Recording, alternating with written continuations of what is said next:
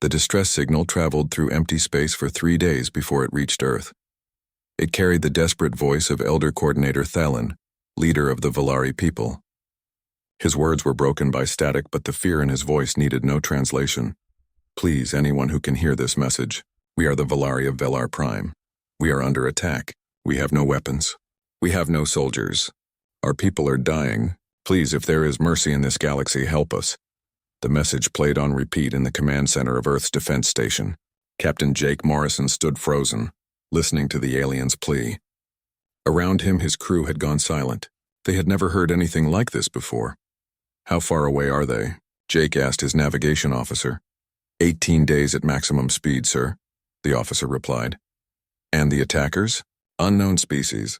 They call themselves the Krell Dominion. Our database has limited information, but what we have is not good. They have conquered over 40 star systems. Jake played the message again. He could hear children crying in the background. He could hear explosions. The Velari coordinator was begging, not just for his people, but for any shred of hope that someone in the universe cared. Get me Admiral Hayes, Jake ordered. Priority channel. Within the hour, Earth's military command had gathered. The holographic display showed Velar Prime, a peaceful world on the edge of known space. It showed the Krell fleet, 3 massive warships that circled the planet like vultures. It showed the destruction already done. The Galactic Council has declared this an internal matter, a diplomat said. They recommend we stay neutral. Admiral Frank Hayes was a man in his 60s with gray hair and hard eyes. He had served in Earth's last major war, back when humans still fought each other. He stood up slowly and looked at each person in the room. Did any of you actually listen to that message? He asked. Did you hear those people begging for their lives? Sir, we need to think about our position in galactic politics. I am thinking about it, Hayes interrupted. Earth spent 10,000 years fighting. We got very good at it. We learned every way to hurt each other. Every tactic, every weapon. You know what else we learned? We learned when to fight. He leaned forward. This is when we fight. The room erupted in arguments, but Hayes had made his decision. Within 6 hours, Earth's military was mobilizing. The warship Vindicator would lead a fleet of 11 vessels toward Velar Prime. It was not just the regular military either. When the call went out for volunteers, thousands of former soldiers signed up immediately. Lieutenant Danny Price was one of them. He had served in the Belt conflicts, small wars fought among Earth's asteroid colonies years ago. He gathered his Marine squad in the loading bay. Listen up, Danny said to his team. We are going to help people who cannot help themselves.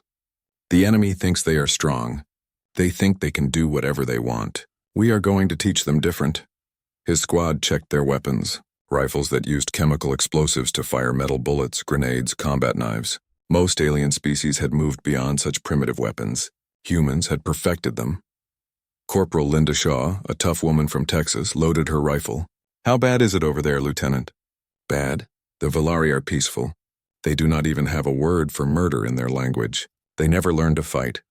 Then they need us, Linda said simply. The fleet launched from Earth orbit, their engines burning hot as they pushed toward maximum speed. In the command center, Jake Morrison studied everything they knew about their enemy. The Krell were predators from a death world. They had thick armor, advanced energy weapons, and a ruthless efficiency in combat. What they did not have was experience fighting humans. Dr. Helen Carter, the fleet's expert on alien life, briefed the officers. The Velari are herbivores. They evolved from herd animals. Their entire civilization is built on cooperation and peace. They have no concept of warfare. And the Krell? They evolved as apex predators. High-gravity world, toxic atmosphere, aggressive wildlife. Fighting is natural to them. They see conquest as normal behavior. Jake nodded. Make sure every squad leader understands Velari biology. I do not want any accidents. As the days passed, the crew prepared for battle.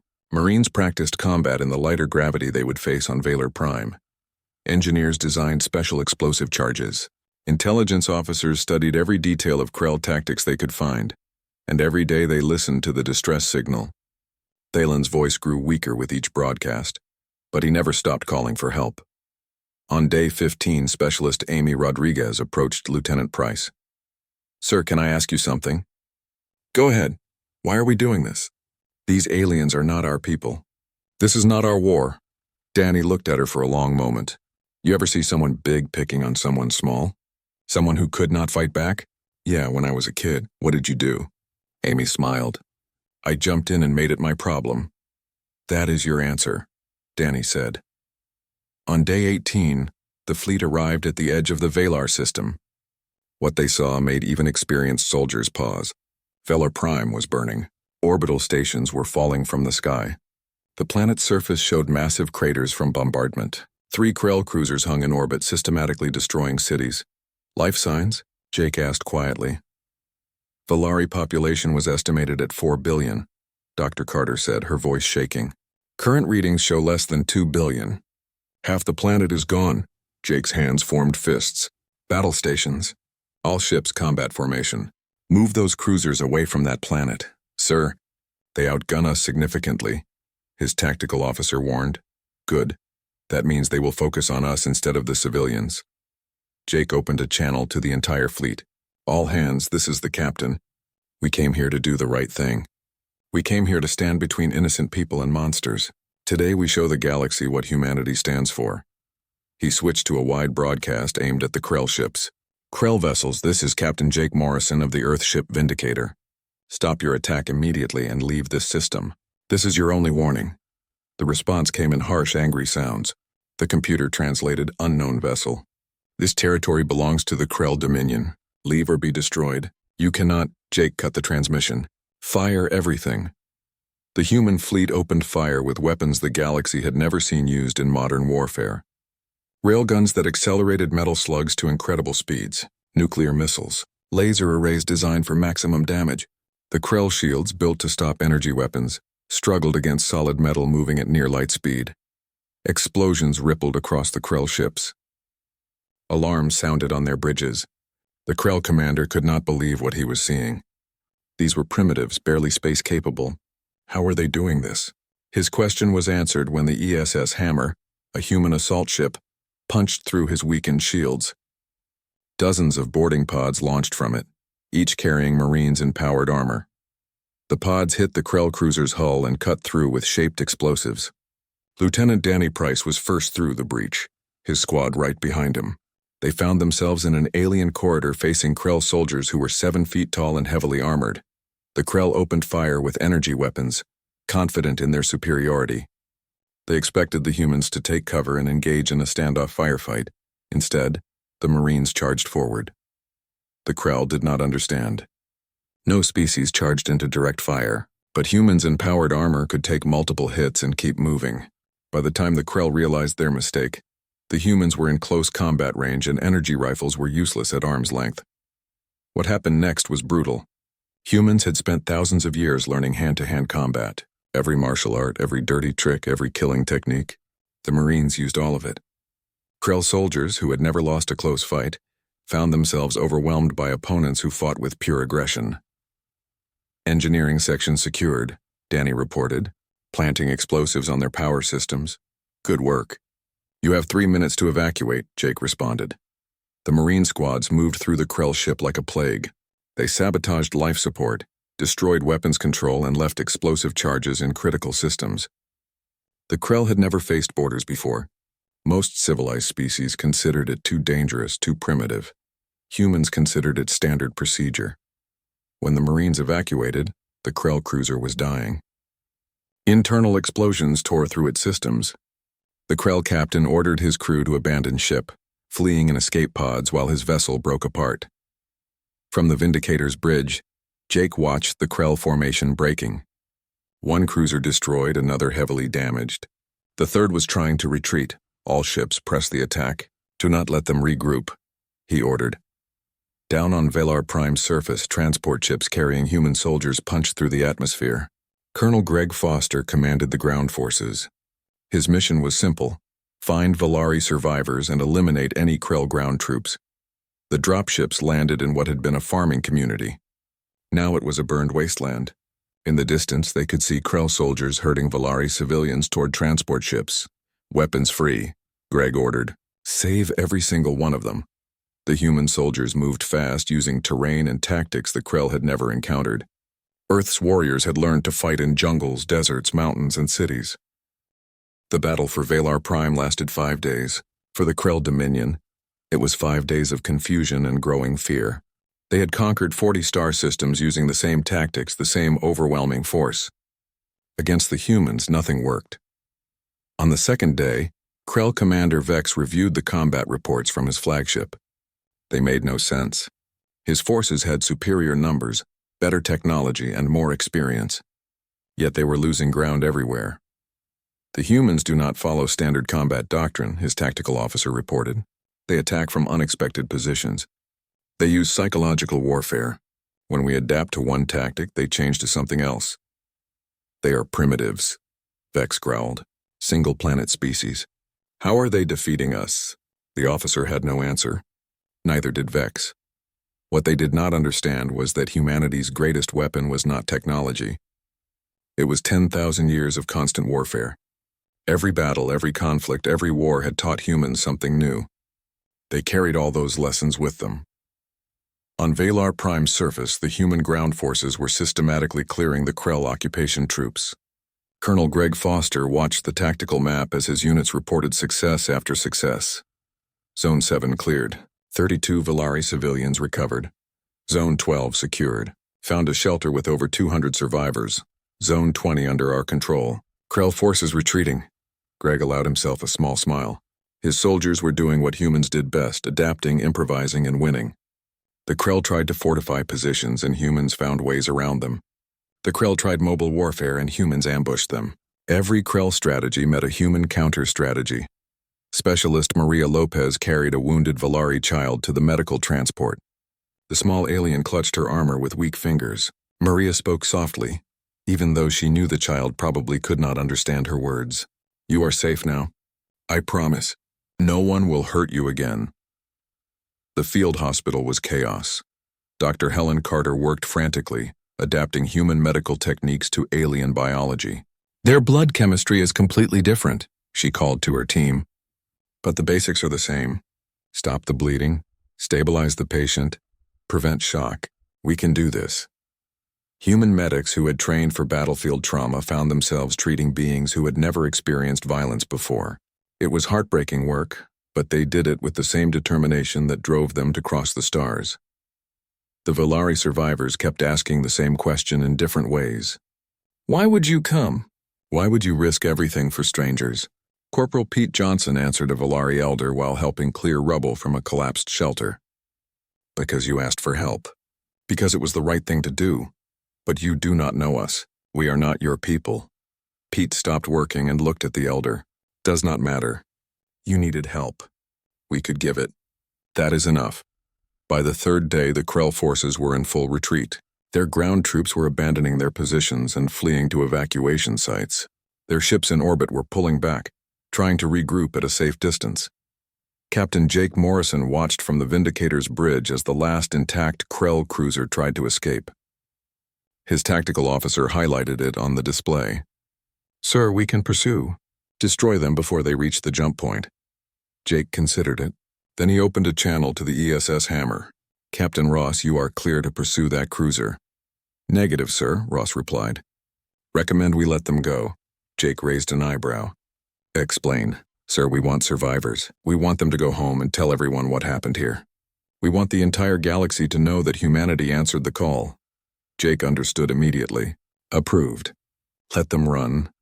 The Krell cruiser jumped to faster-than-light travel, carrying the survivors of a fleet that had expected easy conquest. They would return home with stories that would spread throughout Krell space and beyond. Stories of humans who fought like demons, who never stopped, who could not be beaten. On the fourth day, Elder Coordinator Thalen emerged from the underground shelter where he had been hiding. He stood in the ruins of his government complex looking at the devastation. His beautiful world was scarred and broken. Half his people were gone, but the other half was alive and human soldiers stood guard over them. A human captain approached him. It was Jake Morrison who had come down from his ship. Elder Coordinator Thalen, I presume? You are the one who answered my call, Thalen said, his voice weak. We all did. Every human who heard your message wanted to help. Thalen looked at the human with his large eyes. Your species is violent. You fight with weapons and tactics that terrify us. You are everything we always believed civilization should evolve past. Jake nodded slowly. I know. I am sorry you had to see that. Do not apologize, Thalen said firmly. When the peaceful species looked away, when the great empires calculated the cost and decided we were not worth saving, you monsters of Earth answered our cry. He reached out with one of his 4 hands and touched Jake's shoulder. Thank you for being the monsters we needed. The 5th day saw the last of the Krell forces leave Valar Prime. The human fleet did not pursue. Instead, they turned their attention to humanitarian work. Transport ships brought down supplies, medical equipment, and construction materials. Human engineers worked alongside Valari architects to begin rebuilding. Lieutenant Danny Price and his Marines were reassigned from combat to search and rescue. They swept through destroyed cities looking for survivors. It was slow, difficult work, but they found Valari hiding in basements trapped in collapsed buildings scattered in the wilderness. Each survivor was treated with care and respect. The same soldiers who had fought with brutal efficiency now carried injured aliens to safety, shared their food rations, and tried to comfort the traumatized. This is weird, Corporal Linda Shaw said to Danny as they pulled a Valari family from a collapsed building. Yesterday we were killing Krell. Today we are playing rescue workers. This is what we came here to do, Danny replied. The fighting was just to make it possible. News of the battle spread through the galaxy faster than any ship could travel. The Galactic Council convened an emergency session. The chamber was filled with representatives from hundreds of species all talking at once. The humans violated every convention of civilized warfare. One counselor protested. They used nuclear weapons in space. They boarded vessels with intent to destroy. They employed primitive ballistic weapons. This cannot be allowed. Ambassador Christine Moore, Earth's representative to the Council, stood calmly before them. She was a diplomat by training, but she had the same steel in her voice that Admiral Hayes had shown. Let me understand this correctly. You are upset that we saved 4 billion innocent lives. The Krell Dominion has filed formal complaints. The Krell Dominion committed genocide, Christine interrupted. They attacked a peaceful civilization without provocation. They murdered billions of innocent beings. And your council did nothing. You debated jurisdiction while people died. We must follow proper procedures. Earth has a saying, Christine continued. Never again. It means we will not stand by and watch innocent people be slaughtered, no matter how politically inconvenient it might be. If that makes us monsters in your eyes, then humanity will wear that title with pride. The council chamber erupted in arguments. Some species supported Earth's actions. Others condemned them. But underneath all the political theater, everyone understood that something fundamental had changed. Humanity, the young species that everyone had dismissed, had just announced itself as a major power in galactic affairs, and they had done it by fighting for someone else. 6 months later, the Vindicator returned to Earth. The crew disembarked to celebrations and parades. News media wanted interviews. Politicians wanted photo opportunities. But most of the soldiers seemed uncomfortable with the attention. Lieutenant Danny Price was cornered by a reporter. How does it feel to be called the saviors of Valar Prime? We are not saviors, Danny said. We are just soldiers who did our job. The Valari are calling you the monsters of mercy. What do you think about that? Danny was quiet for a moment. Humanity has always been good at 2 things: destroying and protecting. For most of our history, we could not figure out how to do one without the other. Maybe we finally learned. On Valar Prime, reconstruction continued. Human engineers taught Valari workers how to build structures that could survive attacks. Human doctors trained Valari medics in trauma care. Human soldiers trained Valari volunteers in basic self-defense, not to make them warriors, but to give them a chance if darkness ever came again. Elder Coordinator Thalen dedicated a memorial to those lost in the attack. At its center stood a statue of a human soldier in armor, kneeling to help a Valari child. The inscription was written in both languages. When the cry for help went out, the monsters of Earth answered. May we never forget that sometimes monsters are exactly what the universe needs. The galaxy had changed. The Krell Dominion pulled back its borders, suddenly cautious about expansion. Other aggressive species reconsidered their plans. The Galactic Council, embarrassed by their failure to act, began drafting new intervention protocols, and humanity built more ships. Not for conquest, but for protection. The Terran Defense Fleet became the Terran Response Fleet. Their mission was simple: answer the call when innocent people needed help.